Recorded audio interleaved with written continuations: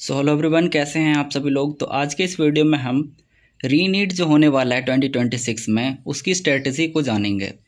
तो अप्रॉक्स मैंने अभी 30 डेज़ का स्ट्रेटजी बनाया है और ये 30 डेज़ का स्ट्रेटजी क्यों बनाया हूँ वो आपको बताता हूँ। तो सबसे पहले चलिए हम जान लेते हैं कि आखिर ये रीनीट हो रहा है तो इसके पीछे का रूल क्या है कि रीनीट कैसे कंडक्ट करवाया जाता है। तो सबसे पहला जो रीनीट हुआ था वो हुआ था 2016 में। तो इसके पीछे सुप्रीम कोर्ट का एक ऑर्डर आया था कि आप ऐसे रीनीट कंडक्ट नहीं करवा सकते हो। अप्रॉक्स स्टूडेंट को 30 डेज़ का समय देना पड़ेगा, तभी आप रीनीट कंडक्ट करवा सकते हो।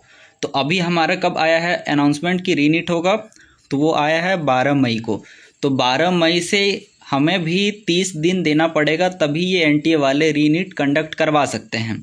तो 12 मई के बाद ये 30 दिन कब होता है, तो ये कब होगा, 12 जून के बाद ही होगा, ठीक है ना। 12 जून के बाद ही होगा 30 दिन। तो ये जो है नीट वो 12 जून के बाद ही कंडक्ट हो सकता है।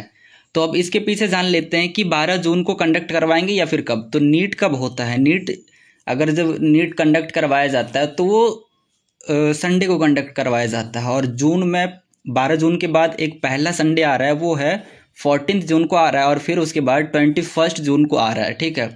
तो अभी जैसे देखिए, अभी बीच में तो ये 1 जून तक नहीं करवा सकते हैं क्योंकि अभी एनटीए बिजी रहेगी सीयूईटी का पेपर लेने में। फिर सीयूईटी का पेपर जैसे वो लेंगे उसके बाद फिर वो एनटीए बिजी हो जाएगी नेट जीआरएफ में। अभी नेट जीआरएफ का जून से स्टार्ट है ऐसा। उसके बाद अभी 2 डेट ज़्यादा प्रॉब्लली बन रहा है कि या तो 14 हो सकता है, लेकिन 14 होगा नहीं क्योंकि अभी इन्होंने जस्ट अनाउंस किया है 12 मई को। और इन्होंने प्रेस में कॉन्फ्रेंस में बताया था कि वो 10 दिन का टाइम लेंगे न्यू डेट अनाउंस करने में। तो 10 दिन वो न्यू डेट ही बताने में अगर लगाएंगे तो वो क्वेश्चन पेपर कब डिज़ाइन करेंगे, उनको क्वेश्चन पेपर डिज़ाइन करने में भी समय लगेगा। तो प्रोबेबली ये अगर होता था तो ये कट कर देते हैं क्योंकि ये होने वाला नहीं है। जस्ट 30 डेज़ हो रहा है यहाँ पे 14 जून को।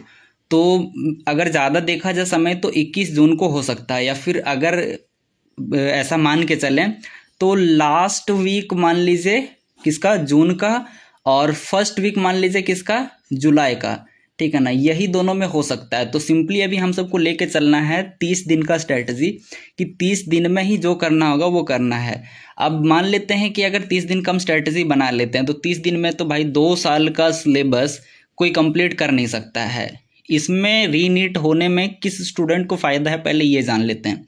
जो स्टूडेंट जैसे बॉटम लाइन पे हैं, जिनका 10 या फिर 5 नंबर से छूट रहा था इस बार सिलेक्शन, वो इस बार मेहनत करके वो कर सकते हैं। लेकिन जिनका 200 अप्रोक्स बन रहा है, 300 इस बार बन रहा था या फिर 400 तक भी बन रहा था, तो उनका कोई चांस नहीं बनता है।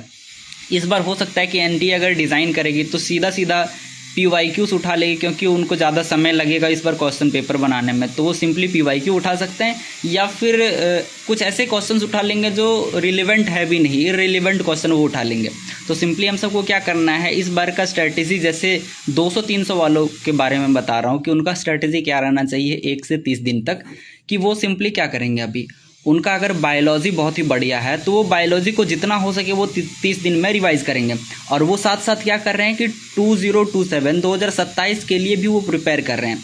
तो उनको इसका भी प्रिपरेशन नहीं छोड़ना। जैसे बहुत से लोग सोच रहे थे कि यकीन 2.0 भी बैच लेंगे जो कि 20 मई से स्टार्ट होने वाला है।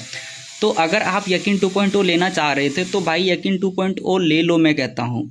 और इससे आप पढ़ाई जारी रखो क्योंकि 27 आपका बेटर होना चाहिए। अगर आपका 300 है, आप 1 महीने पढ़ के ज़्यादा से ज़्यादा 400 कर सकते हो। आपका सिलेक्शन वैसे भी नहीं होने वाला। तो आप ये करो कि बायोलॉजी इस मंथ में पूरा कवर कर लो, जिससे कि आप यकीन 2.0 में फिर से आपको बायोलॉजी पढ़ने की ज़रूरत नहीं पड़ेगी और आप वो टाइम जो है वो फिजिक्स और केमिस्ट्री में दे सकते हो, ठीक है ना। तो चलिए अब हम डिस्कस कर लेते हैं ये 30 दिन का स्ट्रेटजी क्या रहने वाला है।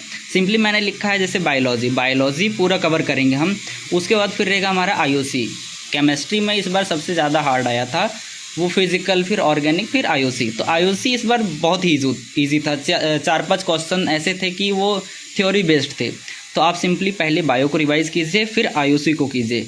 और आज से ही मतलब फर्स्ट डे में काउंट कर रहा हूँ, मैं भी 30 दिन का स्ट्रेटजी बनाया कि इससे ज़्यादा लेके नहीं चलना है और ये 30 दिन में मुझे पूरा कवर करना है। जैसे अगर देखा भी जाए कि बायोलॉजी में कितने चैप्टर्स हैं हमारे पास, तो बायोलॉजी में सिंपली अगर बॉटनी का पूरा अगर मिला ले तो बॉटनी में 17 चैप्टर्स होते हैं और वहीं जोलॉजी में 11th और 12th मिला करके 15 चैप्टर।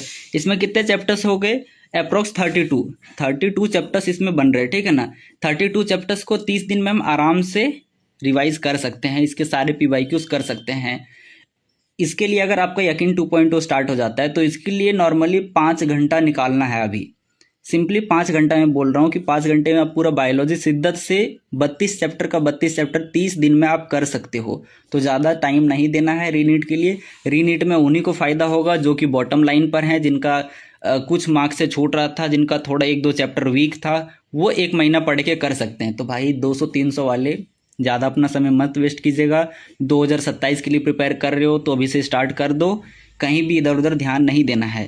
तो आज का ये वीडियो यहीं एंड करते हैं। 30 दिन का ये स्ट्रेटजी कुछ ऐसा है और मैं भी इसको आज से शुरू करने जा रहा हूँ। तो भाई आज इवनिंग में मेरा डे 1 का आ जाएगा कि मैं डे 1 में क्या क्या किया हूँ। तो फिर आप भी जाइए, पढ़ाई कीजिए। All the very best. Thank you so much.